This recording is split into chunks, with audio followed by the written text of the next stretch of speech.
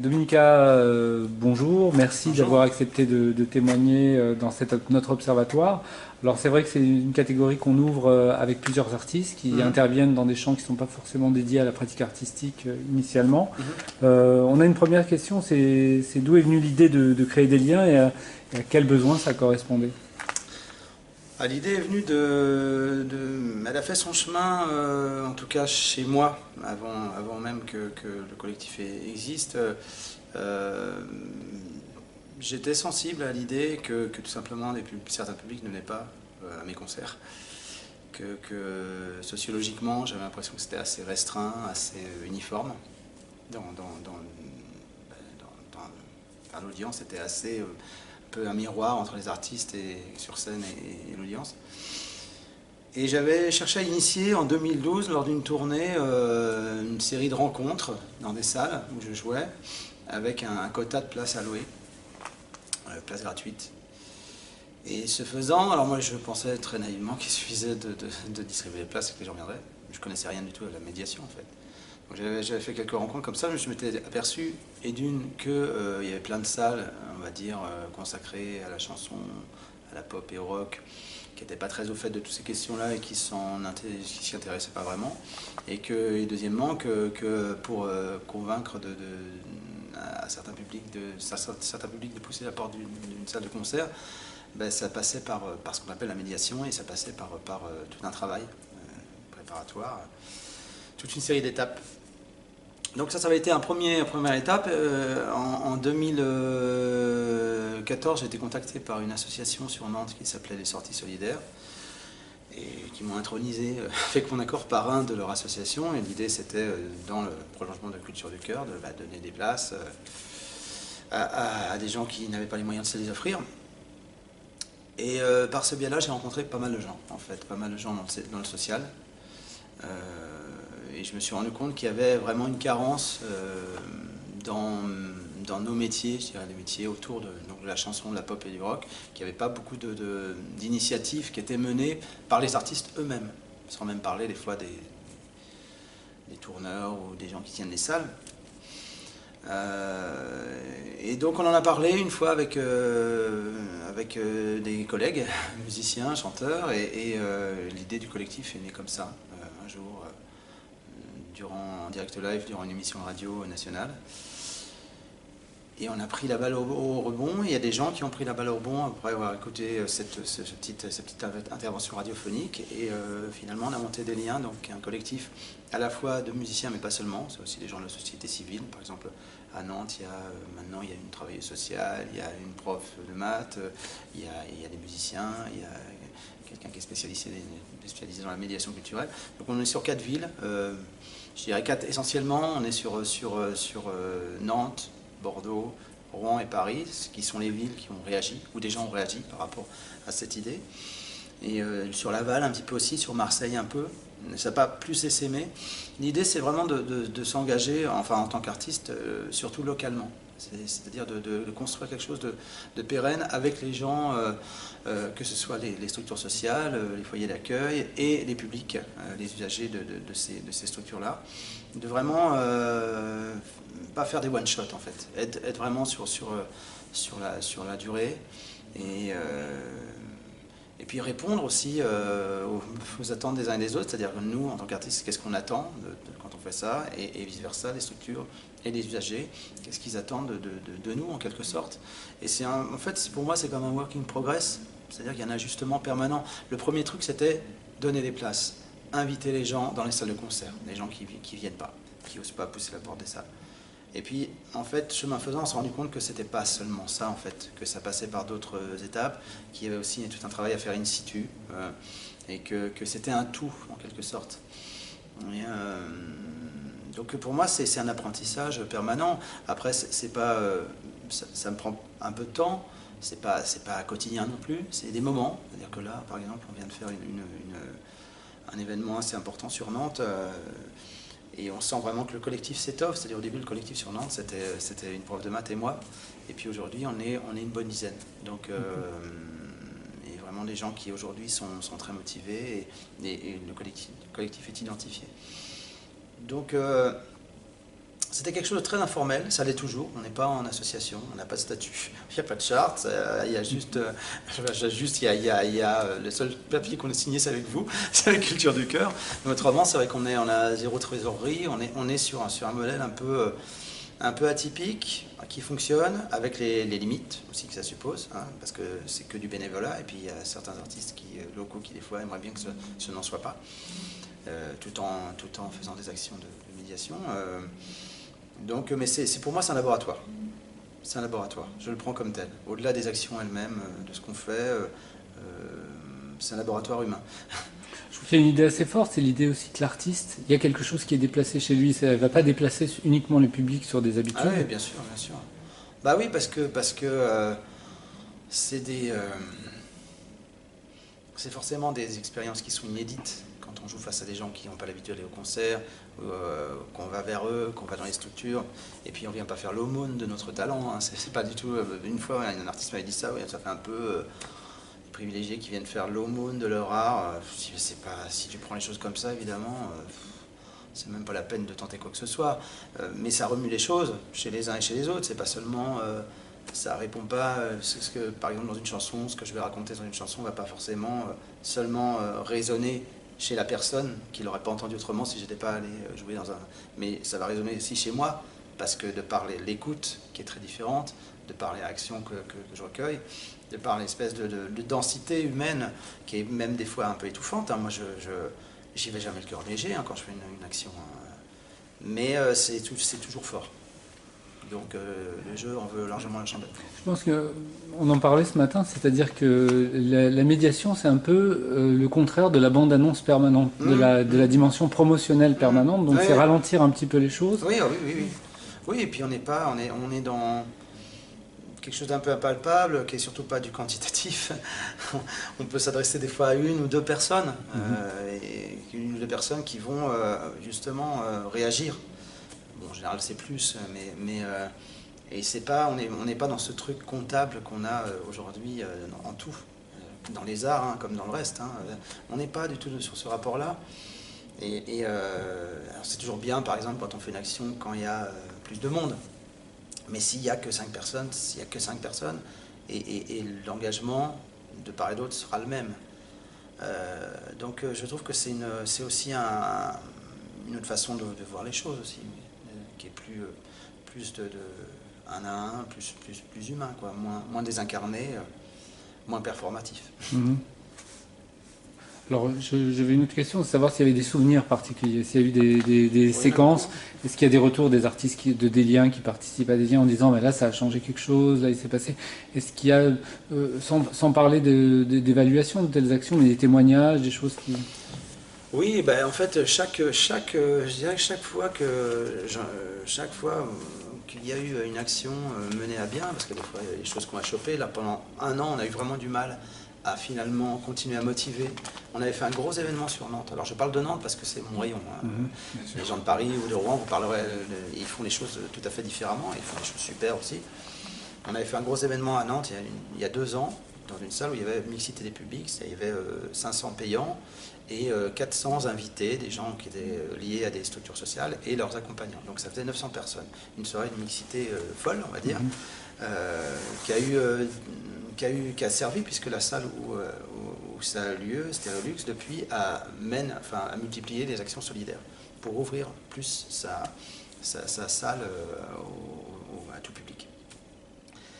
Mais suite à ça, qu'est-ce que je voulais dire par rapport à ça On revenait sur la question d'une action qui aurait... Là, ça a été un temps fort, évidemment. Ça a été un temps fort, ça a été... surtout, il y a eu, avant le concert même, il y a eu une rencontre entre des responsables de lieux culturels, des artistes, des gens en précarité, des travailleurs sociaux. On a réuni 250 personnes, dont quasiment la moitié de gens en précarité qui venaient parler du rapport à la culture. Et c'était un truc assez dingue. Et c'était un truc sur Nantes, une personne que je connais bien là-bas, du resto social nantais, m'a dit, moi j'attends ça depuis 10 ans, une rencontre de ce genre-là, avec cet échange-là, à savoir entre les attentes des publics qui justement ont envie d'aller vers les salles, mais ne peuvent pas, les propositions qui leur sont faites, et puis la façon, à contrario, de l'autre côté de la barrière, la façon qu'ont les salles ou les artistes de proposer en quelque sorte, d'inviter les gens.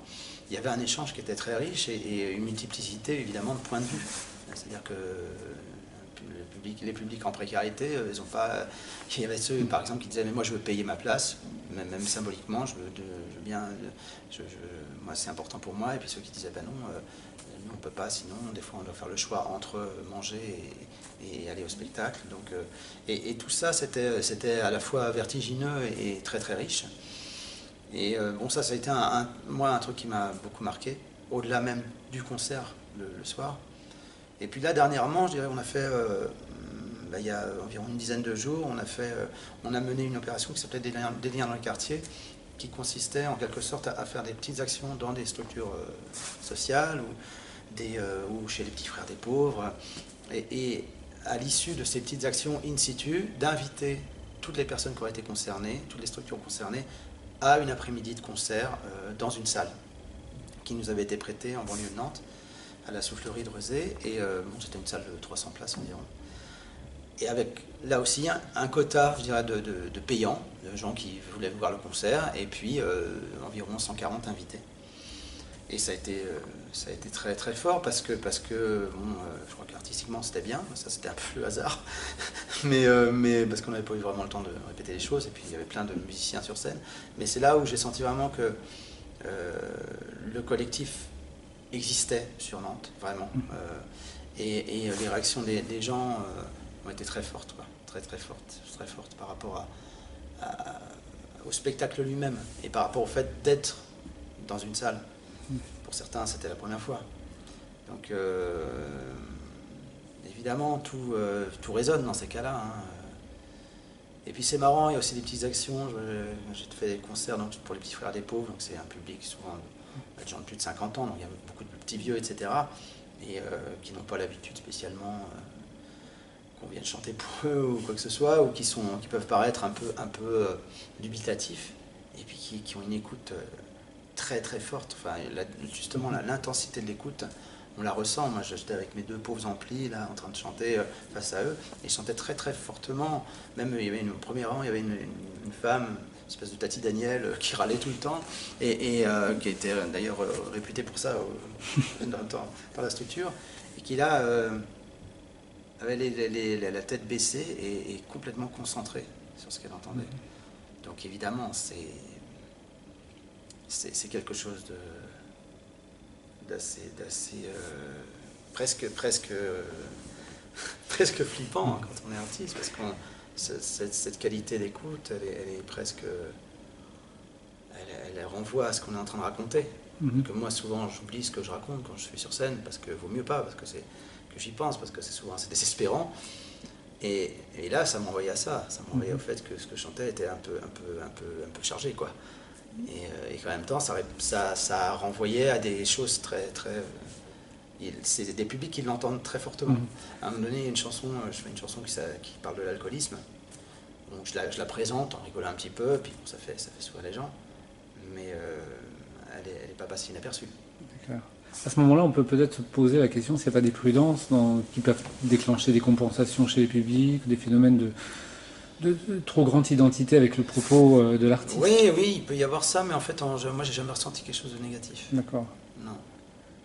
On a eu un problème, bon ça, c'est pas extérieur, enfin c'est un problème de violence, en fait, où il y a une intervention qui s'est très mal passée, enfin d'ailleurs, qui s'est pas passée du tout, parce qu'une chanteuse a été agressée. Ça a été un moment un peu dur. Mais hormis ça, non. C'était avant, de toute façon, c'était avant qu'elle ouvre la bouche pour chanter. C'était pas lié à son propos. Okay. C'était lié à ce qu'elle représentait. On a l'impression, et qui fait beaucoup écho à Culture du Cœur, qu'il y a deux enjeux assez fondamentaux. L'amicité n'est pas du tout gagnée dans les salles de spectacle. Non. Et l'enjeu du décloisonnement des personnes. Je pense que ce sont deux tendances parce qu'on crée beaucoup de groupes aujourd'hui et sous couvert d'une diversité culturelle, on a souvent des grandes rigidités entre des espaces bien sûr.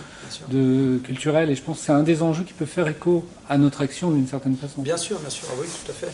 Et après, c'est vrai que c'est compliqué Je sais qu'en tant qu'artiste, en dehors du collectif, au jour le jour, c'est très compliqué d'être dans une démarche permanente par rapport à ça. C'est-à-dire qu'il y a des blocages, il y a des choses qui ne se font pas, et on peut pas, je peux pas être Don Quichotte, quoi. C'est-à-dire que là, j'ai fait, là, ça fait 1 an de tournée environ. Sur la première partie de tournée, j'étais en groupe, et j'ai demandé, dans la mesure du possible, à rencontrer des publics, à inviter des publics. Et donc toutes les salles qui étaient déjà en lien, il y en avait quand même quelques-unes, qui faisaient déjà de la médiation culturelle. Il y en avait plus que je ne pensais. Donc qui fassent appel à leurs relais locaux pour initier des rencontres et puis inviter des gens en concert. Donc je le faisais un peu systématiquement, je l'ai fait pendant environ 4 mois. Ça ne me demandait pas mal d'énergie parce que c'était aussi le temps des concerts. Là je ne l'ai pas fait sur la deuxième partie de la tournée parce que je suis seul sur scène et que ça me demande un investissement supplémentaire que je ne me voyais pas. Et puis surtout, les gens qui avaient monté le truc, c'était le tourneur lui-même. C'est une fille chez le tourneur qui n'avait jamais spécialement fait ça, qui l'a très bien fait, mais c'était un travail supplémentaire énorme. Que de contacter les salles pour ça, que de centraliser les informations, savoir combien de personnes il y aurait, quel type de structure serait là, quel type de public. C'était un travail, il aurait fallu embaucher quelqu'un. Donc je ne me suis pas senti de leur redemander ça, sachant en plus que moi j'allais être sur une tournée très intense où je devrais être quand même très présent. Donc je ne pouvais pas faire des rencontres tous les jours, c'était pas possible. Mais donc voilà, de ce fait-là, cette tournée-là, elle se fait justement sans invitation en quelque sorte. Et les gens devant lesquels je joue, c'est le public payant habituel, c'est les abonnés dans les théâtres, c'est les gens qui viennent me voir, mais il y a pas très peu de gens qui sont... Épisodiquement, je l'ai fait. J'ai fait sur Nantes, là sur un concert à Paris, j'ai proposé des places pour Playel. Mais c'est vrai que là, mettons, en banlieue, j'aurais pu vous proposer. Ça ne m'est pas venu à l'idée parce que j'étais sur l'événement de Nantes. Bien sûr. Et c'est vrai que on peut pas faire les choses seuls. On peut faire les choses seuls, et c'est vrai que c'est pour ça que moi, de plus en plus, je mets l'accent sur le côté local de cette action, parce que quand ça déborde du local, je trouve que ça devient extrêmement compliqué. Il faut aller chercher des énergies extérieures, des gens qu'on ne connaît pas, et c'est très, très, très compliqué. Est-ce que tu dirais que l'artiste il joue différemment quand il sait que dans la salle il y a une mixité? Non, parce que la mixité, elle est même quand il y a des gens qui sont invités, il ne va pas y avoir grand monde. Il va y avoir une dizaine de personnes, ça ne va pas changer grand-chose. Ça peut m'arriver de penser à des gens, justement, mettons à Nantes. La plupart des gens qui sont venus me voir, qui venaient via un resto social, je savais que certaines personnes que je connais maintenant étaient là. Et j'ai pensé à eux. Par moments, ça me venait à l'esprit, qu'est-ce qu'ils peuvent penser de cette chanson-là, ou est-ce qu'il n'est pas en train de s'emmerder, ou est-ce qu'elle va aimer ça. Enfin, ça peut m'arriver parce que les gens on les connaît. Et on sait aussi que c'est pour eux, c'est pas forcément un moment unique. C'est des gens qui, la plupart du temps, sont demandeurs et qui vont voir des spectacles quand on leur en propose. Mais voilà, il y a un peu cet enjeu, parce qu'on sait que c'est un public qui est finalement assez difficile, qui n'est pas du tout sur les mêmes codes, quelqu'un qui a payé sa place. C'est un peu, quand on paye sa place, c'est un peu comme d'aller chez le psy. Le psy, on se convainc soi-même que ça sert à quelque chose. Mais non, mais voilà. Alors que quand on ne paye pas sa place, on est à la limite plus exigeant, je crois. Plus exigeant parce que on se dit pas de toute façon. Je suis pas obligé d'aimer ça. Peut-être une dernière chose, moi je trouve qu'il y a une idée qui est très forte qui sort, c'est la part d'intranquillité dont ont besoin toutes les scènes de spectacle aujourd'hui. Ouais. Parce que je trouve que c'est assez intéressant, c'est que d'une part les publics n'ont pas une vision immuable d'eux-mêmes. Non, bien sûr que non. Et d'autre part, l'artiste lui-même évolue, donc on a deux horizons d'attente bien sûr. Qui évoluent ensemble. Oui, bien sûr. Mais en fait, sincèrement, alors, c'est pas du tout un truc promotionnel, mais j'ai sorti un disque qui s'appelle La Fragilité, c'est pas un hasard. Sincèrement, c'est vraiment pas un hasard. C'est vraiment lié, justement. Il y a eu une phrase qui a été prononcée dans la réunion où je vous parlais, là, où il y avait les 250 personnes, là, il y a 2 ans, où je venais de lire un truc là-dessus, sur l'idée de la fragilité comme un liant humain. Et à un moment donné, il y a une femme qui est intervenue, qui était en psychiatrie en fait, psychiatrie de mineurs. Enfin. et qui a dit que voilà, ce qui était important selon elle, c'était qu'on accepte et qu'on cherche absolument à préserver cette part de fragilité, qu'on ne tente pas à l'éradiquer comme la société, enfin l'ère performative voudrait nous y inciter. Et ça faisait vraiment écho à ce que moi j'étais en train de penser, quoi. Et de ce fait-là, je me suis dit, bah ouais, c'est vraiment un lien humain, et c'est vraiment ce qui fait que aujourd'hui, quand je vais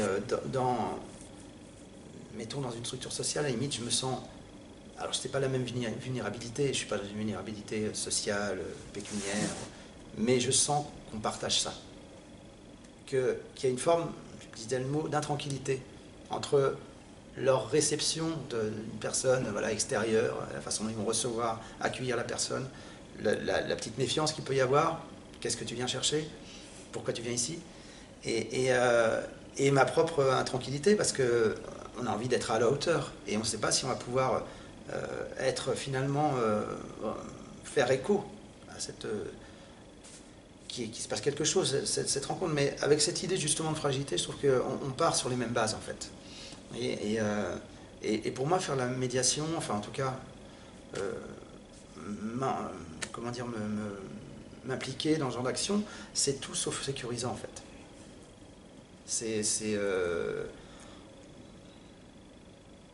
J'ai découvert en moi une part de courage parce que ça me fait flipper, quoi, la plupart du temps. J'y vais pas le cœur léger. Mais je dirais ce qui en ressort et ce que je reçois vaut largement la chandelle. Dominica, merci beaucoup pour cet entretien. Voilà, Merci. qui est le premier de nos entretiens avec les artistes. Merci beaucoup, merci encore.